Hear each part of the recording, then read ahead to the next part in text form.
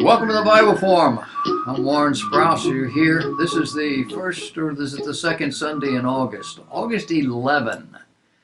We're looking at life as it unfolded this week in a series of just one-liners, as they say, euphemistically. Ran across an article this week where young adults are now saying that life is meaningless. This is a new poll.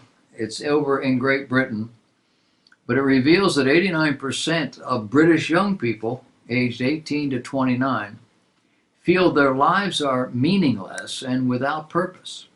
30% of youngsters complain about being stuck in a rut. 84 of them say they're failing to live their best life. Youngsters. What's that mean? They're failing to live their best life. Well, it means they actually believe it's someone else's responsibility to make their life meaningful. 45% cite finances as the measure of life. The survey was conducted by Yakult, UK, found that 80% of people across all age ranges felt they were living without purpose. That number drops to 55% for people over the age of 60. More than a third of Brits would completely start their lives over, given the chance. Now, I'm guessing these same statistics exist in our country here. We've raised an entire generation, or two, or three, with the idea that meaning and purpose comes from outside to make their lives special. Why? How? We did it by refusing to actually parent children. You know, the traditional view of parenting.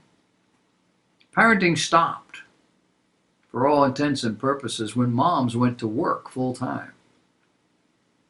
That would have been in the 1960s and 70s. We're talking 35 to 40 years ago.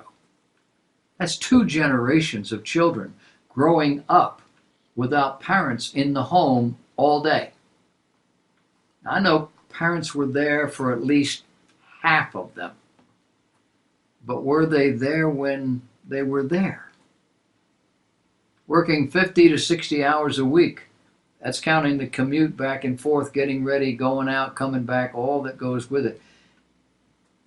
Less than 3 hours a day for the 5 workdays each week, these parents were in the house, theoretically. And 12 hours a day for the other 2 days off, Saturday and Sunday. Days when everything mom does each week have to be squeezed into those 2 days. And that doesn't count the sporting activities, the social activities, maybe church, shopping, anything else that takes parents out of the house. Now match that up against traditional family structure, where mom was home every day, all day. And when she was home, available to her family, imprinting on her children, structuring their lives. No, don't act that way. Yes, do act that way. No, don't use that like. Yes, use those words. No, don't hit your sister. Correcting for things as they occurred. We now believe that keeping a child alive and reasonably healthy is all there is to parenting. This is why the culture, whichever one these children are exposed to, is imprinting on their lives. The culture, TV, internet, smartphones, and a host of other kinds of things, teaching them their values, providing them their goals, telling them what they should be happy about and why they should be unhappy. And then we're surprised when a 19-year-old takes a gun to the mall and starts shooting anybody who gets in the way, including his own sister, which he knew was there because they had conversation, as it turns out. He and she talked together before he shot her. This sort of behavior does not just happen. It takes planning. It takes money, lots of money, and it takes time. All the things that parenting exists to offset. Oh, and this does not factor the growth in baby daddies, men who sire children but are never around to actually nurture them. And 1 or 2 visiting days a week isn't going to do it. Values are taught at every turn in the road, from getting out of bed in the morning to going to bed at night. Structuring, instructing, patterning, training, inculcating values, teaching. Today we've got Facebook, we've got Twitter, and a host of other social media that are doing all of this for us. And what do we get? El Paso, Dayton. Any of you guys older than 40, 50? Any of you ever a Boy Scout? There's a new form of scouting these days. It's called Trail Life USA. Relatively new, designed to substitute for Boy Scouts.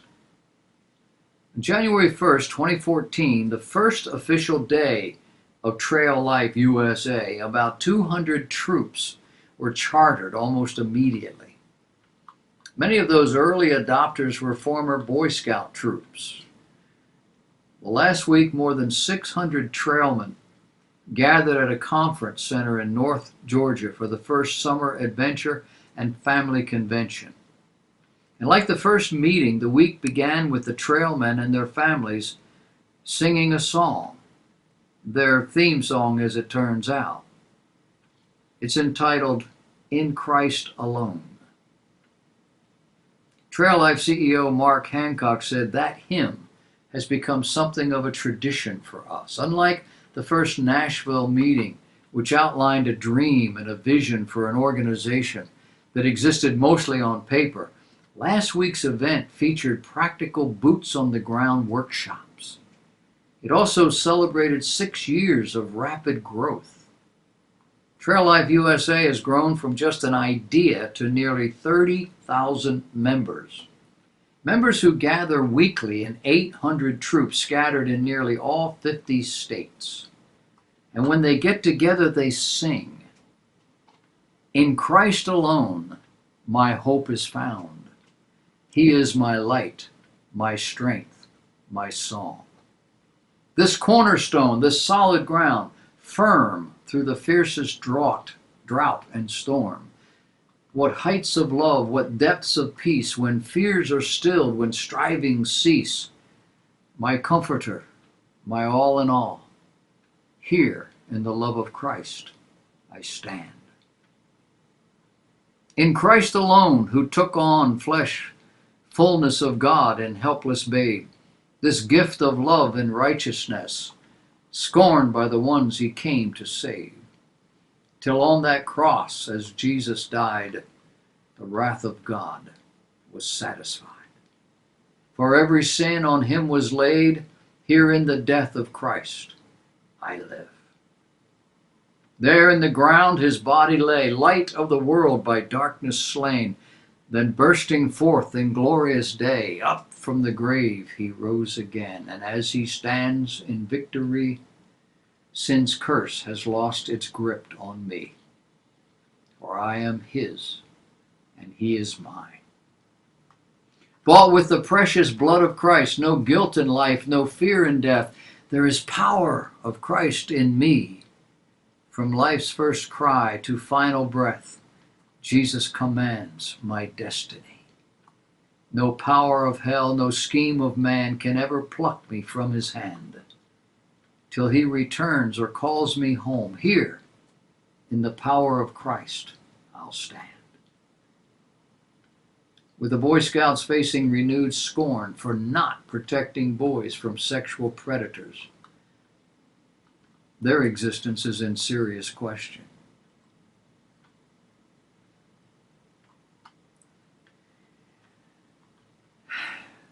The mainstream media, as you well know, is focused on emotions. They're not really interested in the facts. Here's some global polling.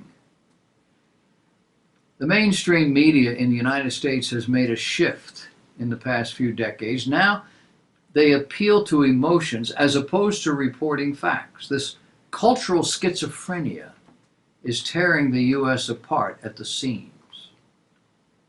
Based on the conclusions to a RAND Corporation study released last week, the mainstream media is actively sowing discord in American society. This, according to award-winning journalist Chris Hedges. The media is focusing on making two sides hate each other instead of reporting the facts. And the majority of the public is unaware and doesn't care that their minds are being manipulated by their own emotional responses. The study measures responses to news content between 1987 and 2017. Discovered news content has shifted from event and context-based reporting to coverage that is more subjective, relying more heavily on argumentation and advocacy, along with emotional appeals. And all this is contributing to what Rand termed truth decay. This is described as a shift away from facts and analysis in public discourse. Americans have become addicted to the news that agrees with their bias, and it was set up that way on purpose. The only thing anyone will hear when they turn on the news are stories specifically crafted to manufacture outrage, to make you hate the other side, to fuel the addiction to anger. The mainstream media has succeeded in addicting the average American to anger and hatred. Why? In part because the media found it could no longer profit off facts. Quote, the commercial structure that created the old media is gone, and it has eviscerated journalism within the country because it's not sustainable. We saw it with the collapse of the classified advertising, which was 40% of newspapers' revenues. It is not sustainable economically anymore, according to Hedges. So it's becoming difficult to tell the facts from opinion. And people believe whatever they want to believe. As an example, Hedges explained, we spent years watching CNN and MSNBC promoting this conspiracy theory that Trump was a Kremlin agent. He says it was all garbage, but it attracted viewers. And if you don't mind your IQ dropping, turn on MSNBC for just a few minutes. He says it's likely you'll still hear something about Russiagate to keep the public ticked off beyond comprehension. Now people claim their emotions as facts and never have to actually view anyone who disagrees with them as a fellow human being. Quoted, it creates cultural schizophrenia, Hedges said, noting that he observed this during the collapse of Yugoslavia in the 1990s. At that time, the media drove antagonisms and hatreds between ethnic groups. Similar things are happening in the United States right now as the left-wing media label all Trump supporters as racists and deplorables. It all creates societal fragmentation and discord, Hedges said. These schisms could lead to civil unrest. And that is what happens here. He said, you can sway 1,000 men by appealing to their prejudices quicker than you can convince one man by logic. The good news is that many are now waking up to this reality with the publication of a new poll this week, conducted by the Pew Research Center. The poll found that 64% of Americans believe the media has a damaging effect on the United States, making them more loathed than other often demonized institutions such as banks. 39% of people hate banks and large corporations. 53% of us don't like large corporations.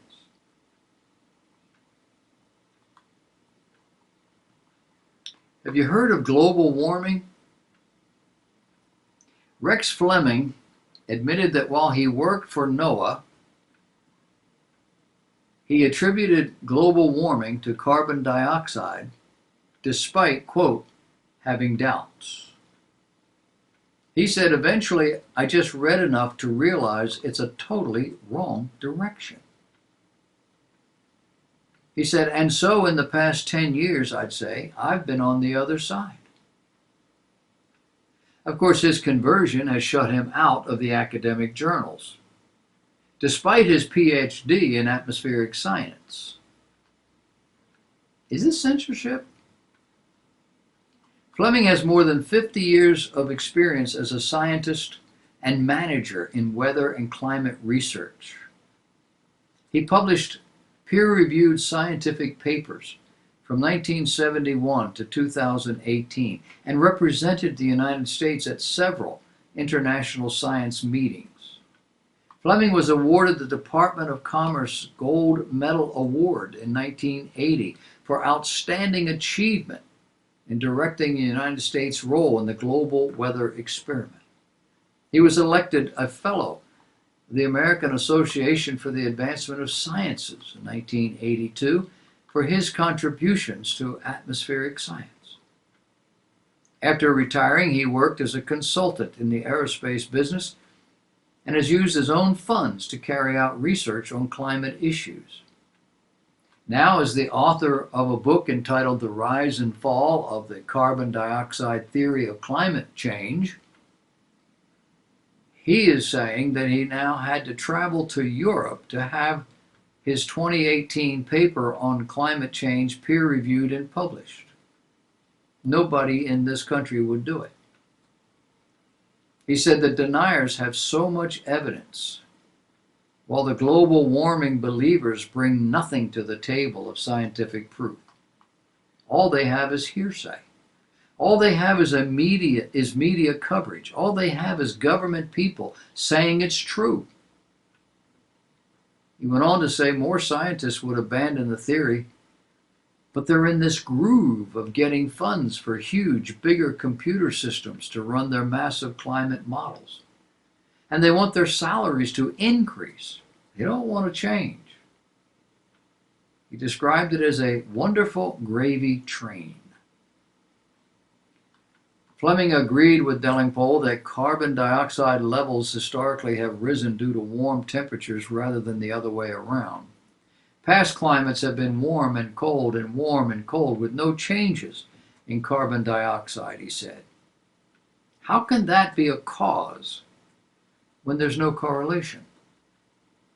Fleming said that one of the reasons proponents of the theory of man-caused climate change target the fossil fuel industry is to push socialism. They're using a calamity as a measure to get people's attention. So the climate's a good one to use. Why? Well, because the media and scientists have wrongly, without proof, assumed this is the problem. But you knew all that, didn't you? Some of us have known this is a hoax from the beginning. One day it'll all come out. It's starting to unravel now. Do you know who Roger Sherman is? I offer this in closing. Roger Sherman is the author of Article 1, Section 10 of our U.S. Constitution. He wrote, "No state shall make anything but gold and silver coin a tender in payment of debts. So who's Roger Sherman? Sherman made 138 speeches at the Constitutional Convention.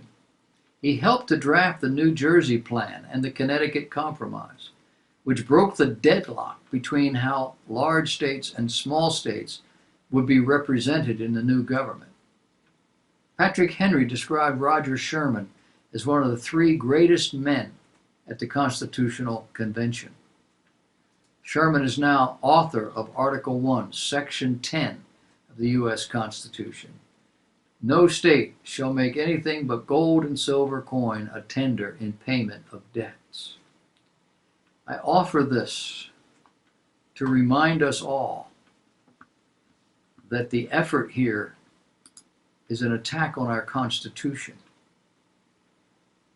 And the whole idea of money in our government is that it is based on something substantial. Liberals among us want that to go away so they can spend more money. You've heard them, the Democrats running this time around.